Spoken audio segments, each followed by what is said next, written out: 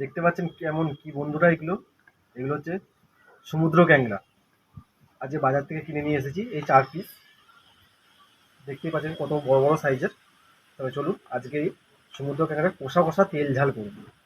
দেখতে থাকুন কিভাবে এটাকে পরিষ্কার করছি, কিভাবে পুরো রান্নাটা করছি, দেখতে থাকুন। দেখতে পাচ্ছেন সমুদ্র ক্যাংড়াগুলোকে আমি ভালোভাবে পরিষ্কার করে নেবো একটা কাঁচির সাহায্যে। এই সমুদ্র ক্যাংড়াগুলোকে এরকম ভাবে কেটে নেব। খুব শক্ত এগুলো।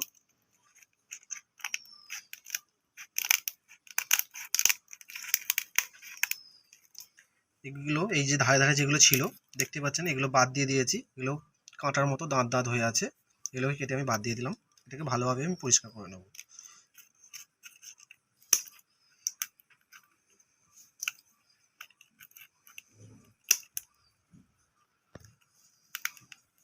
ক্যাংড়াগুলো, যে সমুদ্র ক্যাংড়াগুলো আমার ভালোভাবে পরিষ্কার হয়ে গেছে, আমি এগুলোকে ভালোভাবে ধুয়ে নেব। যে সমুদ্র ক্যাংড়াগুলো আমি ভালোভাবে এগুলোকে পরিষ্কার করে নিয়েছি, ধুয়েও নিয়েছি। এরপরেতে এর পরিমাণ মতো একটু কিছুটা লবণ আর হলুদ মাখিয়ে এটাকে আমি ভালোভাবে কড়া করে ভাজবো।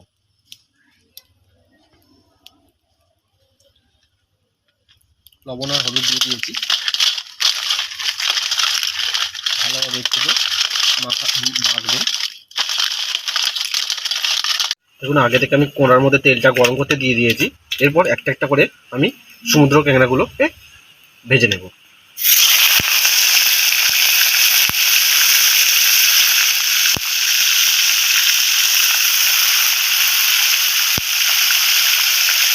দেখুন ক্যাংড়াগুলো ভাজা হয়ে গেছে, আমি এবার ক্যাংড়াগুলোকে তুলে নেব।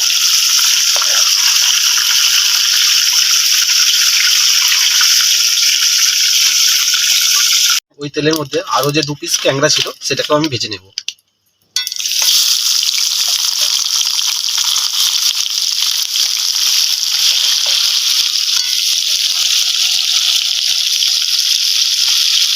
দেখুন এই ক্যাংড়াগুলো ভাজা হয়ে গেছে, আমি এগুলো খুব ভালোভাবে সেঁকে তুলে নেব। দেখতেই পাচ্ছেন কত বড় বড় সমুদ্র ক্যাংড়াগুলো। এবার এগুলোকে তেল ঝাল করব। সমুদ্র ক্যাংড়ার যে তেল ঝালটা করব, আমি কিছু আগে থেকে মশলাটা করে রেখেছি। এখানে পেঁয়াজ পেস্ট করা আছে, রসুন পেস্ট করা আছে, আর আদা পেস্ট করা আছে। এখানে শুকনো যে লঙ্কা হয়, ঝাল লঙ্কা, সেটাকে আমি পেস্ট করে রেখেছি। কুচানো টমেটো আর এখানে 2টো কাঁচা লঙ্কা আমি চিড়ে রেখেছি। এরপর এগুলোকে আমি কষবো। যে আগে থেকে কড়ার মধ্যে যে তেলটা বেশি ছিল, আমি ওই তেলের মধ্যে শুকনো লঙ্কাটা দিয়ে দেবো। তো পেঁয়াজের যে পিসটা আছে, পেঁয়াজের পেস্টটা দেবো।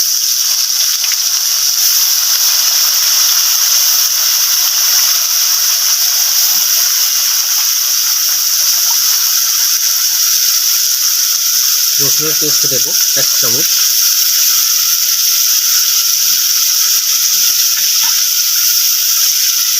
আদার পেস্ট দেবো ফুল চামচ।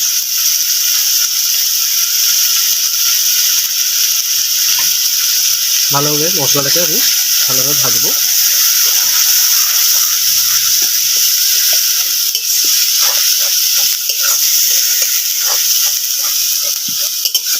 মশলাটা করার সময় উনানে বেশি জোরে জাল না দিলেও চলবে, কারণ মশলাটা লেগে যাবে। আমি হালকা আঁচে মশলাটা কষবো। এরপর পরিমাণ মতো আমি হলুদ গুঁড়ো দেবো।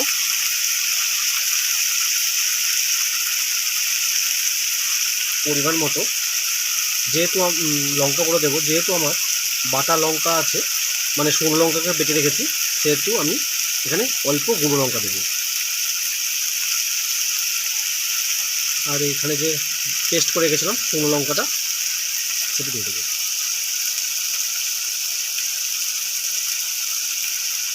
এটাকে ভালোভাবে আমি কষিয়ে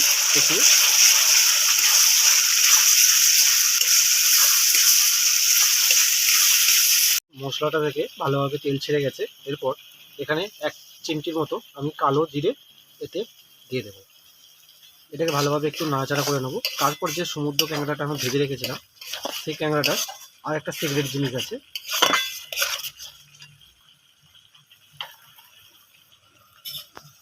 দেখতেই পাচ্ছেন ক্যাংড়াটা ভাজা হয়ে গেছে। এরপর ক্যাংড়ার যে এই ওপরের যে খোলাটা খাওয়া যায় না, এই খোলাগুলোকে ভালোভাবে ভেতরে মশলা ঢোকার জন্য এগুলোকে আমি ভালোভাবে ছাড়িয়ে বাদ দিয়ে দেবো। দেখতে পাচ্ছেন এরকম সাইজের, এগুলোকে এবার ঝালে দেবো।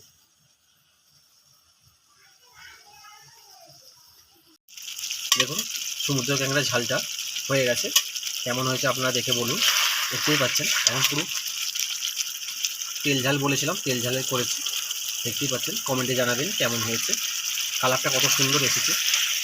এবারে এটা আমি নামিয়ে নেব।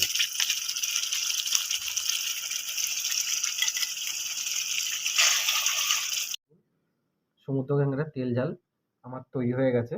কালারটা কত সুন্দর এসেছে দেখুন, আর ধারে ধারে দেখুন তেল চিয়ে যাচ্ছে। দেখতেই পাচ্ছেন, আপনারা দেখে বলবেন, কমেন্টে জানাবেন কেমন হয়েছে। চলুন আজকের মতো টাটা, আপনারা সুস্থ থাকুন, ভালো থাকুন, এটুকু কামনা করি। চলুন।